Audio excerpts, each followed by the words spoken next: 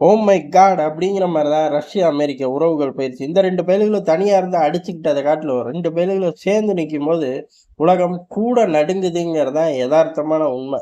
ஏன் அப்புட்ன்னா, காலையில ஒரு மாரி பேசிட்டு, சாயந்தரம் ஒரு மாரி பேசியிருந்தா கடந்த காலங்கள்ல பார்த்தோம். இப்ப என்னடான்னா, யார் மேல தடைகள் இருக்கோ, அந்த நபர் சுலபமா அமெரிக்காவுக்கு போயிட்டு இருக்கார். அதாவது ரஷ்யால உள்ள 1 டசன் அரசியல்வாதிகள், பிசினஸ் மேன்கள் மேல தடைகள் இருக்கு. அப்பேற்பட்ட நபர்கள்லாம் அமெரிக்காவுக்குள்ள சல்லு சல்லுன்னு போயிட்டு வரார்கள். ஏன்பா சல்லு சல்லுன்னு போயிட்டு வரார்கள் அப்படிலாம் உக்ரைன் யுத்தத்த பத்தி பேச்சுவார்த்தை. அதாவது இவ்வளவு காலம் எங்கெல்லாம் நடந்துச்சு அப்படின்னா, 2 பேருக்கும் நடுநிலையான நாடுகள் தான். துருக்கி, சவுதி அரேபியா, சுவிட்சர்லாந்து போன்ற நாடுகள்ல வெளிப்படையா ஆப்பரேட் பண்ணார்கள். ரகசியமா எங்கெங்க உட்கார்ந்து பேசினாங்களோ நமக்கு தெரியாது. ஆனா இப்ப என்னடான்னா, அமெரிக்காவுக்குள்ளேயே உட்கார்ந்து பேச ஆரம்பிச்சுட்டார்கள். இது முதல் தடவ இல்ல. ஏற்கனவே ஒரு டீம் போச்சு. அந்த டீம் ஒரு பெரிய அளவு ஒரு 5 பேர் கொண்ட குழுவா போச்சு. இப்ப ஒவ்வொரு நபர்களும் போயிட்டு வர ஆரம்பிச்சுட்டார்கள். அமெரிக்கால உட்கார்ந்து ரஷ்யர்கள் பேச்சுவார்த்தையில ஈடுபடுறார்கள். இது எத குறிக்குது அப்படின்னா, சத்தியமா உக்ரைன் யுத்தம் மட்டும் அவர்கள் லிஸ்ட்ல இருக்காது. அவர்கள் லிஸ்ட்ல பல விஷயங்கள் இருக்கும். அத பூரா சாதிக்கிறார்கள்.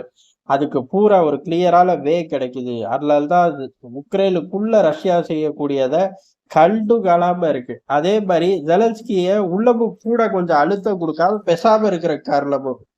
ஏன்னா ஃபுல்லா முடிஞ்சுச்சுன்னா ரஷ்யா இதே மாரி எல்லாத்துக்கும் உட்கார்ந்து பேசுமா? அதுக்கெல்லாம் வாய்ப்பில்ல. இப்ப புதுசா ஒரு களத்துல 2 பேரும் போய் மோதிக்கிறாங்க. அப்பயும் இப்படி உட்கார்ந்து பேசிக்குவார்களா? அப்படின்னு கேட்டா, அதெல்லாம் மாட்டார்கள். அங்க யாருக்கு லிவரேஜ் வந்தா பாடுதால ஓப்பனே பண்ண முடியும் டேபிள்ல உட்கார்ந்து. அந்த மாரி ஒரு தியரிக்குள்ள போயிரும். அப்ப ஆட்டோமேட்டிக்கா இப்ப இழுக்க இழுக்க ரஷ்யா கூட ஏகப்பட்ட விஷயங்கள் பேசலாம்ல. கைதிகள் பரிமாற்றம் இருக்கு. லொட்டு லொட்டுன்னு ஏகப்பட்டது இருக்கு. அப்ப அப்படியே இந்த சைடு நூல் விடுவோம் அப்படிங்கிற மாரி தான் ஜெலன்ஸ்கிக்கு விட்டு வச்சிருக்கார்கள். அதுவும் ரொம்ப நாள் விட முடியாது. ஏன்னா ட்ரம்ப்போட ஆளுமை அப்படிங்கிறது மிஸ் ஆகும். அதனால மே இறுதி மே முதல் வாரம் அப்படி இல்ல ஜூன் முதல் வாரம் அப்படின்னு சொல்லி முடிச்சிருக்கார்கள். இப்ப அத ஒட்டி பல சந்திப்புகள் அமெரிக்காக்குள்ளேயே நடக்குது. ரொம்ப தீவிரமா நடக்குது. அதனால உக்ரைனுக்கு கொஞ்சம் நஞ்சம் வந்த உதவிகளும் ரொம்ப கொஞ்சமா மாத்தப்படும். அப்படி மாத்தும்போது என்ன ஆகும் அப்படிங்கிறத ரஷ்ய தாக்குதல சுத்தமா எதிர்கொள்ள முடியாது. உதாரணத்துக்கு இப்ப அமெரிக்கா என்ன மாரி ஆயுதங்கள் தருதுன்னா, யுத்தம் நடக்கக்கூடிய பகுதிகள்ல பயன்படுத்தலாம். அவ்வளவுதான். அத தாண்டி ஒண்ணும் கிடையாது. அப்ப யுத்தம் நடக்காத பகுதிகள்ல வாங்குற அடி, அடி வாங்கி தான் ஆகணும் அப்படிங்கிறதா. சரி அது கூட வாங்கிக்கட்டும். யுத்தமே நடக்காத பகுதிகள்ல பிடிக்கிற நோக்கத்தோட ரஷ்ய படைகள் முன்னேறுதே அப்படின்னு கேட்டா, பிடிக்கட்டும். அது உன் பிரச்சனைங்கிற மாரி தான் அமெரிக்கா செயல்படுது. இது ஜெலன்ஸ்கிக்கு நல்லா புரிஞ்சிருச்சு. அவருக்கு புரிஞ்சு என்ன பண்ண முதல்லயே புரிஞ்சிருச்சே. நம்ம நாடு நாசமா போப்போது. நம்ம பொட்டிய வாங்கிட்டு அதுக்கு ஒத்துக்க போறோம்னு தானே அவர் ஆரம்பிச்சிருப்பாரு. ஐரோப்பாவுக்கு கூடுதலான பயம். ஏன்னா கூட இடம் மாட்டிக்கும் அப்படின்னு. அப்படிப்பட்ட நிலைமையில தான் ஏகப்பட்ட நகரங்கள திருப்பி டார்கெட் வச்சு தாக்க ஆரம்பிச்சிருக்கார்கள். இதுல கணிசமா இப்ப இவர்கள் சொல்ல வர்றது ஒண்ணே ஒண்ணுதான். ஒடிஷா துறைமுகமும் ஒரு 2, 3 மாசத்துல ரஷ்யா கைக்கு போனாலும் ஆச்சரியப்படுறதுக்கு இல்லை அப்படின்னு இருக்கார்கள். காரணம் என்ன அப்படின்னா, இந்த பேச்சுவார்த்தையில ஏறக்குறைய 5 முறை ஒடிஷா துறைமுகத்துல ஆப்பரேட் பண்றது. அதாவது ஸ்மூத்தா ஆப்பரேட் பண்றத பத்தி பேசியிருக்கார்கள். 5 முறையும் ரஷ்யா படார்ன்னு விலகிருச்சு. அத பத்தி பேச தேவையில்ல. யுத்தம் முடிஞ்சதுக்கு அப்புறம் எப்படி வேணாலும் ஆப்பரேட் பண்ணிக்கங்க.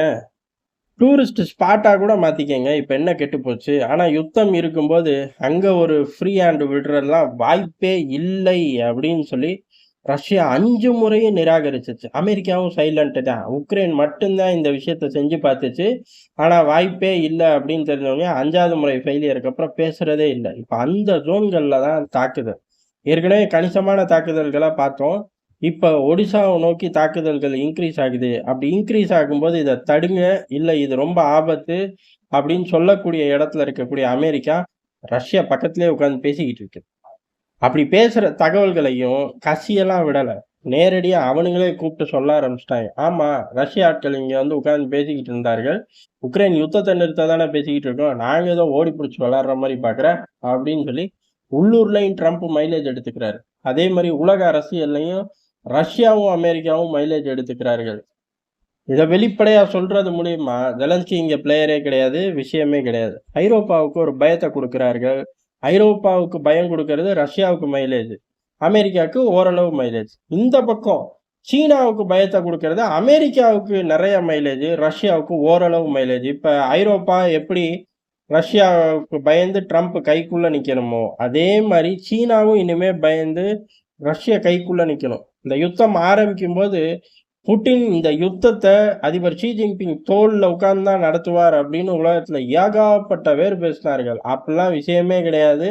ரஷ்யா தனியாவே இத ஹேண்டில் பண்ணிக்கும் அப்படின்னு பேசினது கூட்டம் கம்மி தான். கடைசியில நடந்ததும் அந்த கூட்டம் கம்மியா பதிவு பண்ண விஷயம் தான். ஏன் அப்படின்னா, சீனா பெரிய அளவு எந்த உதவிகளும் பண்ணல. ராணுவத்துக்கு தேவையான உணவுப் பொருட்கள தாண்டி பண்ணல. ரொம்ப காலம் கழிச்சு சின்ன லெவல்ல ஆயுத உதவிகள். அதற்கும் பெரிய லெவல்ன்னு சொல்ல முடியாது. ரொம்ப சின்ன லெவல்ல ஆயுத உதவியோட நின்னுக்குச்சு. இன்டர்நேஷனல் ரீதியில பெரும் அழுத்தத்த ரஷ்யாவுக்கு தவிர்த்தது இந்தியாவோட பையிங் ஸ்ட்ராட்டஜி மட்டும் தான் ரஷ்யாவ காப்பாத்துச்சு.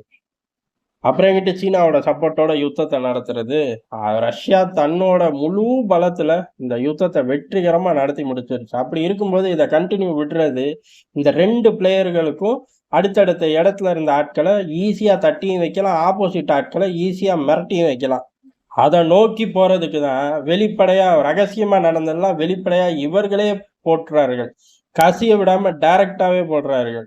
இனி ஐரோப்பாவுக்கும் சரி, சீனாவுக்கும் சரி, அவங்க பார்ட்னர் கிட்ட போய் பேசும்போது ஒரு பயத்தோட தான் பேசுவாங்க. அவனுங்களுக்குள்ள என்ன பேசியிருப்பாங்க, அங்கேயும் நம்ம வம்பு பண்றோமே, அப்ப நம்மளே முடிச்சு விட்டுருவாங்களோ அப்படிங்கிற பயத்தை கொடுக்கிறார்கள். இதுல நமக்கு லாபம் அப்படிங்கிறது ஐரோப்பா பெரிய அளவு எதிரியெல்லாம் கிடையாது. அவன் பாட்டு சும்மா காமெடியா பேசுவான், திமிரா பேசுவான். 2க்கும் காமெடியா பேசினா காமெடியா அடி விழுகும், திமிரா பேசினா திமிரா அடி விழுகும் தான் டெல்லியோட நிலைப்பாடு. இந்த பக்கம் சீனா ஸ்ட்ரகிள் ஆகிறத இந்தியா ரசிக்குது அப்படிங்கிறதான் யதார்த்தமான உண்மை. இன்னமும் கூட சீனாவை தூக்கி போட்டு மிதிங்கடா, அப்ப நாங்களும் வருவோம் அப்படிங்கிறதான் டெல்லியோட நிலைப்பாடு. நன்றி, வணக்கம்.